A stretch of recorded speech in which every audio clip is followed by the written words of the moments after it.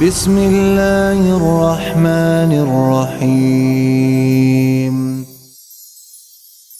وبشر الذین آمنوا، اور رسول صلی اللہ علیہ وسلم کو حکم دیا جا رہا ہے، بلکہ ایک ہی آیت پہ اکتفا کرتے ہیں اس آیت پہ، وبشر الذین آمنوا، اور اہل ایمان کو خوشخبری دے دو.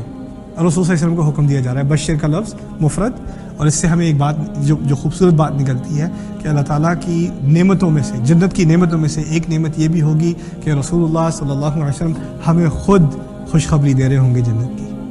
ہمیں خوشخبری دینے والوں میں رسول صلی اللہ علیہ وسلم خود شامل ہیں. وبشر الذین آمنوا. دوسرا حکم یہاں سے یہ نکلتا ہے کہ یہاں پر انذر کا لفظ کہیں نہیں آیا. آپ ڈراؤ ان لوگوں کو، آپ خبردار کرو نہیں، لیکن آپ خوشخبری دو. تو رسول صلی اللہ علیہ وسلم کے دو جو رول ہیں، ایک انہوں نے خبردار کرنا ہے اور ایک انہوں نے خوشخبری دینی ہے صلی اللہ علیہ وسلم. ان میں سے کس کو زیادہ زور دیا گیا ہے؟ خوشخبری دینے کو. یہ ہمارے وما ارسلناک الا رحمۃ للعالمین، آپ کو تو ہم نے سوائے رحمت کی کسی اور چیز کے لیے بھیجا ہی نہیں، تمام جہانوں کے لیے، تمام قوموں کے لیے. تو یہاں پر وبشر الذین آمنوا، اچھی خبر دیں آپ ان تمام لوگوں کو جو ایمان لے آئے ہیں، وعملوا الصالحات، اور جنہوں نے کچھ اچھے نیک کام کیے ہیں. میں دھیان سے ترجمہ کر رہا ہوں، کچھ اچھے نیک کام کیے ہیں. میں نے یہ نہیں کہا بہت سارے اچھے نیک کام کیے ہیں. کیوں؟ الصالحات کا لفظ جمع قلہ میں شامل ہوتا ہے. اس کا معنی ہے الاعمال الصالحات، جس سے مراد ہے اللہ تعالیٰ تم سے بہت سارے عمل نہیں مانگ رہا، تھوڑی بہت چیزیں مانگی ہیں. اتنی نماز پڑھ لو، اتنی زکوٰۃ دے دو، اتنی چیزیں حرام ہیں ان سے تھوڑا دور رہ جاؤ، دیٹس اٹ. کوئی بہت لمبی ہزاروں چیز کی لسٹ نہیں ہے. ٹھیک ہے، کچھ دین میں ایسی چیزیں ہیں جو تمہارے دین کو آگے لے کر جاتی ہیں، لیکن بنیادی تم سے جو بات مانگی جا رہی ہے وہ کوئی مشکل بات نہیں ہے. بہت تھوڑی سی باتیں مانگی جا رہی ہیں. جو لوگ ایمان لے آئے یہ تھوڑی بہت اچھی چیزیں کرنے کو تیار ہیں. ان لہم جنات، ان لوگوں کو تو خوشخبری دے دو، تو ان کے پاس بہت سارے باغ ہوں گے، تجری من تحتها الانہار، جن کے نیچے سے بالکل ان کے فوراً نیچے سے نہریں بہہ رہی ہوں گی. مقصد ہے واٹر فال. واٹر فال کو اردو میں کیا کہتے ہیں؟ آبشار. آبشار اس کے بالکل نیچے سے نکل رہا ہوگا. یعنی آپ کا محل، آپ کی کوٹھی پہاڑ کے اوپر، اور پہاڑ جیسے ہی آپ سامنے نکلتے ہیں تو آبشار آپ کی کوٹھی سے ہی شروع ہوتا ہے. من تحتها الانہار کلما رزقوا منها من ثمرۃ رزقا، ہر مرتبہ جب ان کو دیا جاتا ہے پھل، دیے جانے سے مراد ہے آپ کے نوکر لگے ہوئے ہیں. ولدان غلمان لہم کانہم لؤلؤ مکنون، جگہ جگہ پھر رہے ہیں، ینگ نوکر پھر رہے ہیں. آپ کو لا کے فروٹ کھائیں گے، سر یہ جنت کا فروٹ کھائیں گے، جنت کا اورنج کھا لیں، یہ ایپل کھا لیں. اور پھر آپ میں کیا اورنج اور ایپل کہہ رہا ہوں کو کہتے ہیں استغفر اللہ، جنت میں تھوڑی ہوں گے اورنج ایپل، یہ تو دنیا کی چیز ہے، جنت میں کہاں ہوگی؟ میں آپ کو ابھی بتاتا ہوں.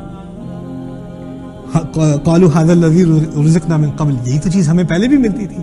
جنت میں آدمی بیٹھا ہے اپنی کوٹھی میں، آ کے جنت کے نوکر نے آپ کو پھل پکڑایا، آپ نے اپنے ہاتھ میں مالٹا پکڑا، کہ یہ تو دنیا میں بھی تھا یار، یہ تو بہت پرانی بات اب ہوگی نا، ہزاروں سال ہو چکے.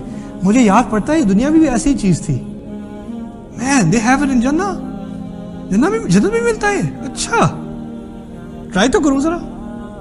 اور پھر اللہ تعالیٰ آگے سے فرماتے ہیں وہ اتو بھی متشابہا، لیکن صرف ان کو اس قسم کا لگے گا، ان کو دکھایا جائے گا کہ ویسا ہی ہے، لیکن اصل میں جب چکھیں گے تو کوئی ایسی چیز تھی ہی نہیں پہلے.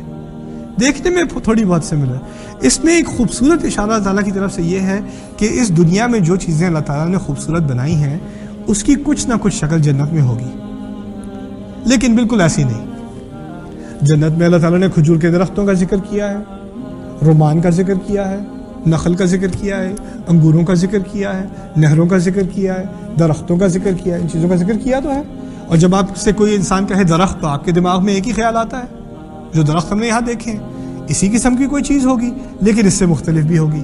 تو پہلے انسان سمجھے گا ایسی چیز ہم نے پہلے بھی دیکھی تھی، نہیں بڑی زبردست ہے، لیکن کچھ یاد پڑتا ہے، کچھ سملر ہے. کہنے یہ کیوں کیا اللہ تعالیٰ نے؟ جنت ایسی کیوں نہیں بنائی جس کو بار بار کہا جاتا تم تو اندازہ بھی نہیں کر سکتے کیا ہوگا جنت میں، تمہیں کیا پتا؟ اب میں کیا بتاؤں تمہیں جنت میں کیا ہے؟ کیونکہ رسول نے تو کہہ دیا صلی اللہ علیہ وسلم ما لا عین رأت ولا اذن سمعت وما خطر على قلب بشر، نہ کسی آنکھ نے کبھی دیکھا، نہ کسی کان نے کبھی سنا، نہ کبھی کسی کے دل میں کبھی گمان آیا کہ جنت کیا چیز ہے. اس کے باوجود قرآن میں جب بار بار تصویر آتی ہے جنت کی تو کیسی تصویر آتی ہے؟ جیسی آپ کو دنیا میں ملتی ہے. کیوں؟ سوال پیدا ہوتا ہے کیوں جنت اس دنیا جیسی کیوں ہے؟ اس لیے ہے کہ ان چیزوں سے انسان کو محبت ہے کہ نہیں؟ اچھے گھر سے، اچھے باغ سے، اچھے پھل سے، آبشار سے، سمندر سے، ان چیزوں سے انسان کو محبت ہے. محل سے، کوٹھی سے، پہاڑی کے اوپر کوٹھی ہو، اچھا ویو، اسے کسے نہیں چاہیے، کسے خواہش نہیں ہوگی. یہاں تک کہ ہوٹل رومز میں جس کمرے کا ویو اچھا ہوتا ہے وہ زیادہ مہنگا ہوتا ہے، رائٹ؟ یہ انسان کی اس کی فطرت کے اندر ہے. اللہ تعالیٰ نے ان چیزوں کی محبت ہمیں دنیا میں اس لیے ڈالی تاکہ جب جنت کے بارے میں بات ہو تو تمہاری اصلی محبت اس کے لیے پیدا ہو. یہ ایک پریویو سمجھو، اصل فیچر وہاں پر ہے. جب انسان کے دل میں یہ بات بیٹھ جائے نا تو وہ دنیا کی خوبصورتی کو اپریشیٹ کرتا ہے، اور جب بھی دنیا کی خوبصورتی اپریشیٹ کرے گا اسے جنت کی خوبصورتی یاد آئے گی. یا اللہ یہ دنیا تو جنت میں کیا ہوگا، اگر یہ دنیا ہے تو جنت میں تو کیا دے گا. سبحان اللہ. کبھی آپ سمندر کو جا کے دیکھیں، کبھی آپ پہاڑ کو جا کے دیکھیں، انسان اس کی خوبصورتی میں حیران سا رہ جاتا ہے. کبھی آسمان پہ جب بادل چھائے ہوں، سورج گر رہا ہو، سورج ڈوب رہا ہو، اور آپ اس عجیب منظر کو دیکھیں، کبھی انسان بالکل ہل کے رہ جاتا ہے کہ یہ کیا منظر ہے. پھر آپ جا کے فوٹو ہی کھینچتے ہیں، لیکن فوٹو میں وہ بات نہیں ہوتی جو آنکھ دیکھتی ہے، وہ بات کبھی آتی ہی نہیں. جو ایک منظر ہے وہ دماغ میں ہے، وہ فوٹو بھی دیکھ لیں وہ بات یاد نہیں آتی جو اس وقت کھڑے تھے. یہ تمام چیز اللہ تعالیٰ نے ہمیں اس لیے دی ہے تو ایک پریویو، ایک تھوڑا سا ٹیسٹ مل جائے، تمہیں کچھ اندازہ ہو جائے کہ جنت میں کیا ہوگا. صرف یہ مقصد. اب کیا افسوس کی بات ہے کہ پریویو میں ہی پھنس گئے، اصل فیچر دیکھا ہی نہیں.